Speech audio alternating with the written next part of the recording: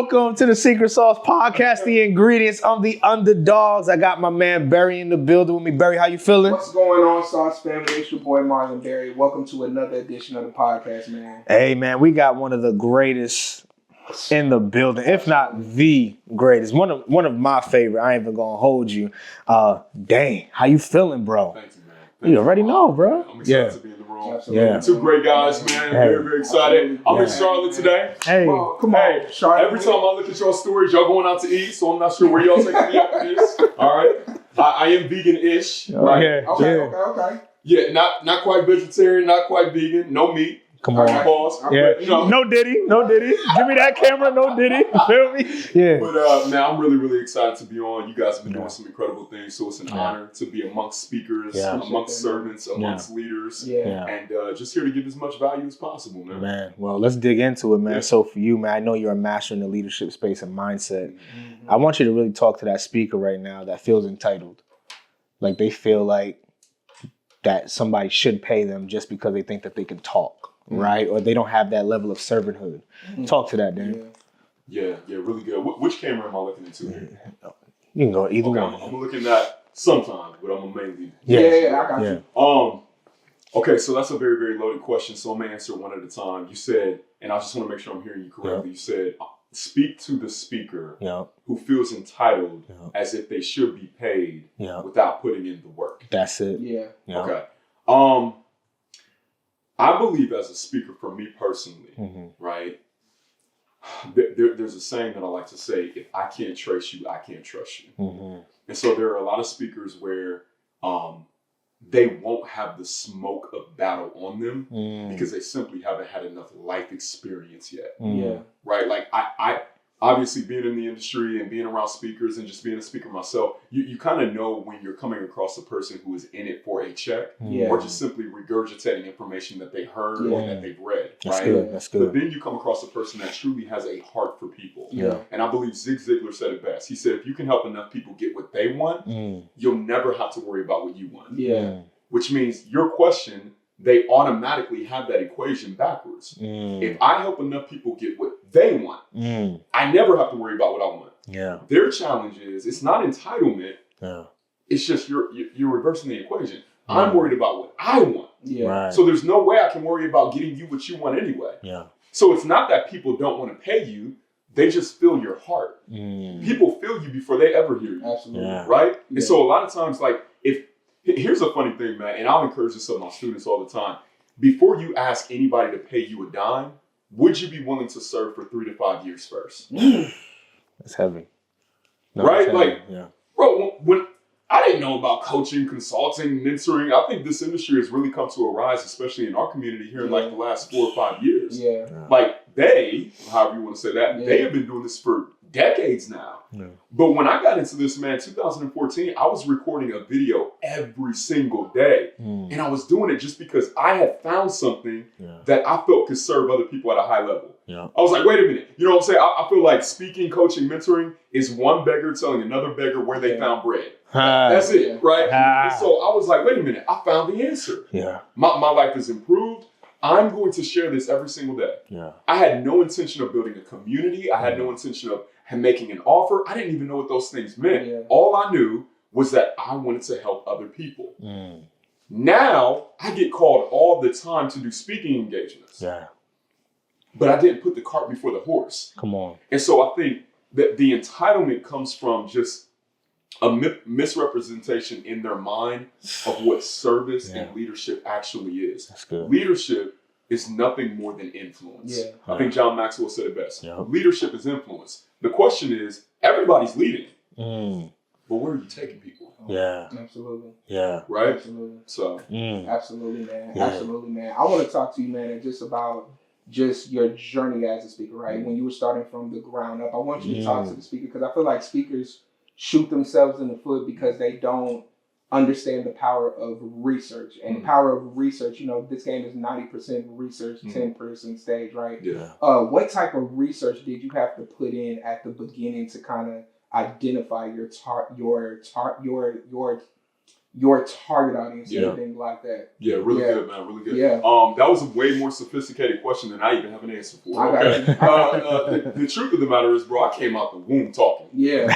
Talk to him, bro. You know what I'm saying? Like, listen, if you were to have a conversation with my mom today, what was Damon like as a baby? He was talkative. Come on. Right? That's it. Yeah. Like, the one thing I'm going to do until I die is I'm going to talk. Right? And so, to answer your question and to your point, you said, what type of research did I do? Yeah.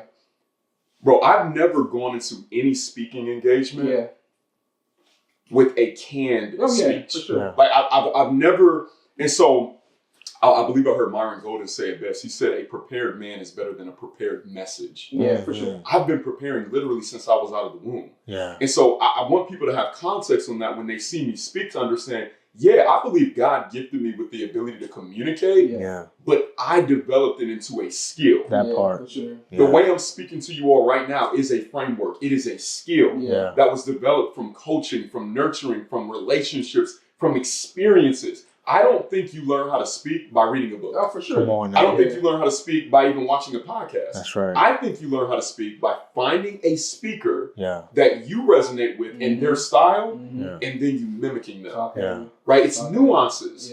Right? I don't know if you all ever heard this before, but like one of my favorite books on leadership is Extreme Ownership. Right? Extreme Ownership, incredible book about leadership. The Navy SEALs, they're talking about their journeys going overseas and saving lives. And I mean, it's a very, very detailed encounter of all of that they grew through. And what's interesting about the book is I think a lot of people think because I signed up for a workshop, because I signed up for a webinar challenge, whatever, I'm going to have the skill set. Or even if I sign up for a coach, I'm going to automatically be able to do what they do. That's not necessarily how it works. Because if I read that book, again, Navy SEALs, the best of the best, right? Sure. If my daughter was to be kidnapped and taken into the Middle East, now, I think we all know, right? I was raised in the suburbs, right? Come on now. Y'all can tell I talk a little bit white, right? I got a little bit of thug in me, right? 72nd and Woodland. All right, if you know, you know. But the truth of the matter is, I don't care how hard I am, right? Ain't no way I'm going overseas and saving my daughter's life. Even if there's nothing in me that would be able to complete a mission just because I read a book. Wow. Why, Damon? Talk heavy. Because I need nuances. But the question is, if I was able to spend my time with a Navy SEAL for 6 months, for a year, to be with them every day, to see what they eat, to see how they get up, to see their discipline, to see how they squeeze, not pull a trigger, to see what they aim for. Guess what? Now, what are my odds of survival? Bro. It's the same thing with speaking.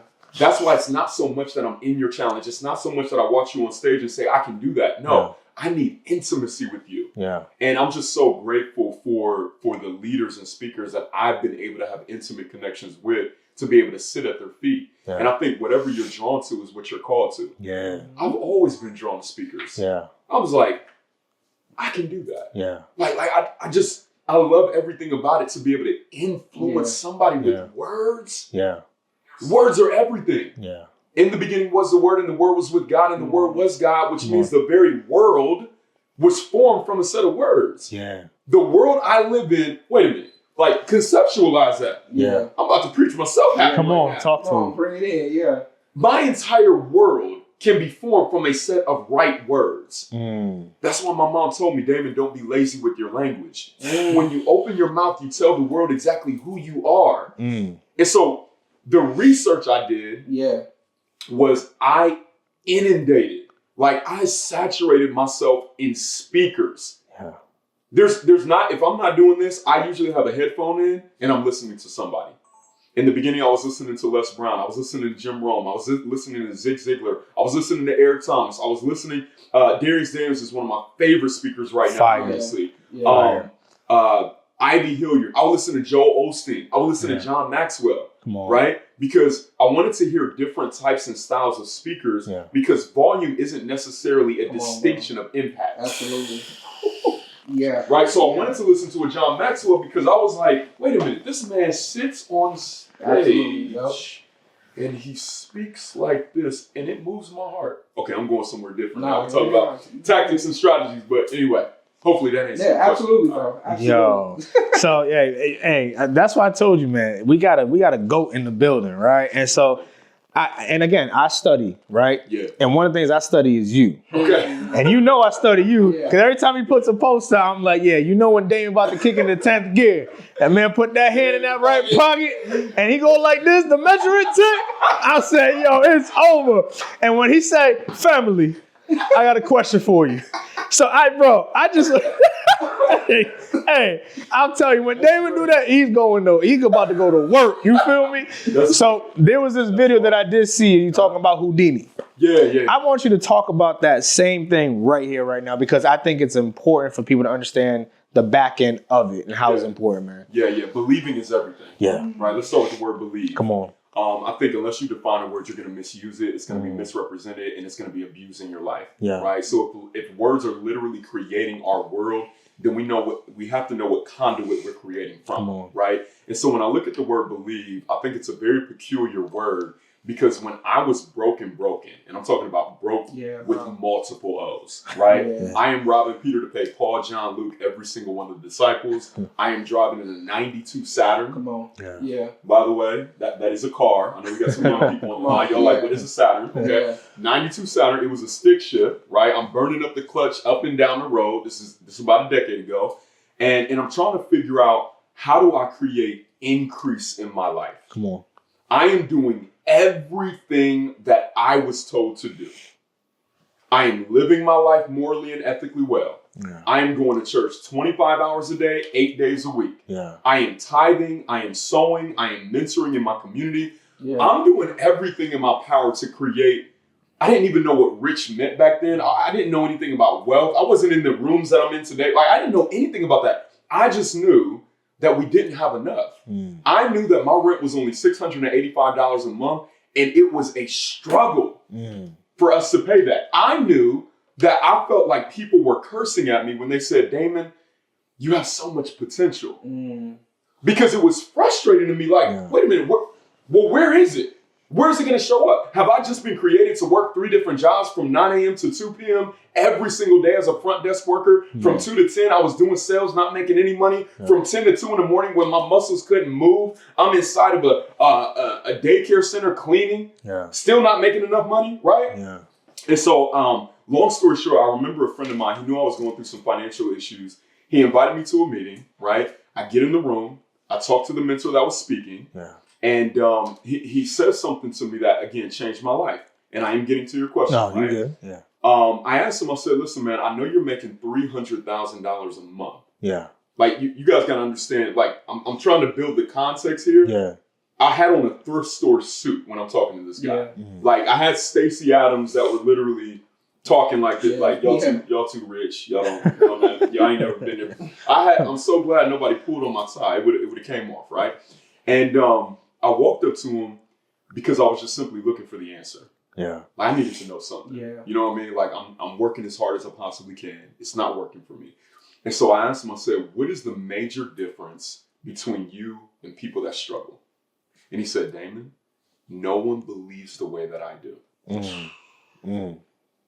I was not moved by that. Yeah. Like, I grew up in the church. Right. So I understand Mark 11:24. When you stand, pray, and believe that you will receive it and you shall have it. I understand all these scriptures, and I'm like, how dare you hit me with that? Right. Like, is that the politically correct answer? Believe. No, it's got to be a strategy. It's got to be your industry. It's got to be the city that you live in. It's got to be something. Like, give me something that I can work with. Believe. This esoteric, metaphysical, woo-woo thing. Believe. He said, no, you don't understand. It's believing. And I said, you know what? I don't know what I don't know. So, to your question, I started to research and do my studying on the magic of believing. We use that word all the time. Believe in yourself. Believe in the company. Believe in the organization. Believe in your skill set. Believe in your potential. But if I ask most people, what does the word even mean? Unless they heard me speak before, they could not give me the actual meaning of the word, which means they are mismanaging it, which means they really don't believe. Come on. Believe means to accept something as true. Believe means I've accepted something as true. Now, what's interesting, if you looked at the word believe, if you were to write it down, right smack dab in the middle is the word lie. Wait a minute. So you mean to tell me the very word that means to accept something is true has, which I think there's no coincidence, right in the middle, the word that means deceit. The opposite of a truth. Yeah. Shakespeare said it best. He said, to think you can and to think you can't, both are actually correct. Yeah. Okay, Damon, what are you saying? What I am saying is, whatever you are believing will either imprison you or empower you. Houdini, one of the most popular magicians in the late 1800s, early 1900s. Kids, if you don't know him, he like made himself disappear and reappear, and he would get into like chains and throw himself in the ocean and escape. Like he was a master magician. He was famous all over the world, right? And again, his thing was no matter where you trapped him, no matter what you put him into, he would always escape. He was an escape artist. Yeah. Well, he was also a scammer. Houdini was.